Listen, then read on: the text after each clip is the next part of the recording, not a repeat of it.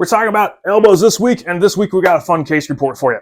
So this patient came in, they had a previous history of lateral wrist extensor, finger extensor, elbow pain. They had seen another practitioner. They got a lot of treatment on that. They had been dealing with that for quite a while. They finally gotten that resolved. They came in to see me. They all of a sudden now we're having some new issues on the opposite elbow, on the inside, the medial side. From recently, the biggest change in life. One of the key things we look for in a history. What's the most recent change? Any big changes in training or anything big changes happening in life lately? Then in this case, the person had just started working out again. They're trying to get some of their fitness back. They were having issues bench pressing. They were having problems coming out of the bottom of the bench press. They were having issues getting their arms back up to a back squat, a high bar back squat, and a low bar back squat. And they were having issues, if I remember correctly, trying to do like a heavy row. And if we look back and kind of go through the mechanics of the lifts themselves, all these positions, they're relying a lot on really tight, really strong grip. The muscles that make us do this attach right here, right at the kind of bony knob of the elbow, right where he was having his pain. So he came in, he wanted to get some muscle work done, some active release technique. We're certified in that.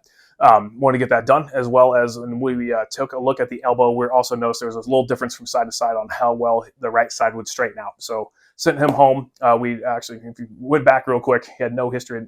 Had no history of neck pain. Did some test movements on the neck. There were no changes in what was going on with his elbow stuff. So we went after the elbow in that case. Like I said, once we can rule some stuff out, we know where the issue's at, and we really know how to focus on that. We can stay kind of laser focused with our treatment here and at home to get some really good results. So in this case, every time we saw him, he would come back and go, "Hey, this was easier this week. This didn't hurt as much. I can get my hand back to this position now. It's just tight," and that kind of stuff. So it's been very exciting to see the progress, and that should actually clear up. And when you do the right stuff, symptoms clear up pretty quickly. What's usually sore and painful will be less sore and painful. And usually what happens if the pain's lasting for long periods of time, you start getting the right movements, the right rehab in, the pain won't last as long and it won't be as painful. And then we get that going long enough, we give the body time to feel happy, healthy, safe. We make sure it has plenty of time to recover. We take away some of the aggravating things that could be causing it. And people get better.